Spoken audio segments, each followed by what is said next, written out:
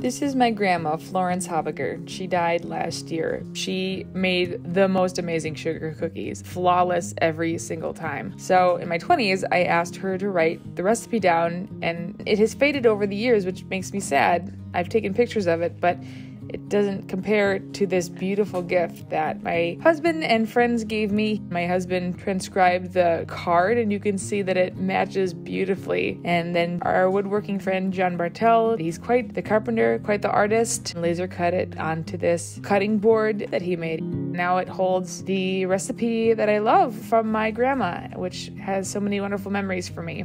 So I decided to make a batch of Grandma Habiger's sugar cookies. I got all of the supplies, plenty of sugar, and always cream of tartar. It makes them nice and fluffy.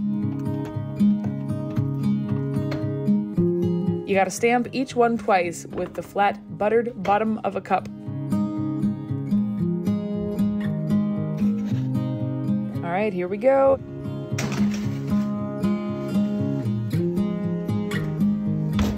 Time for the big reveal.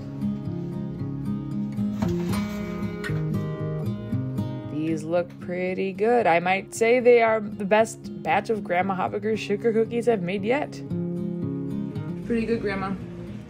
Thanks for the recipe.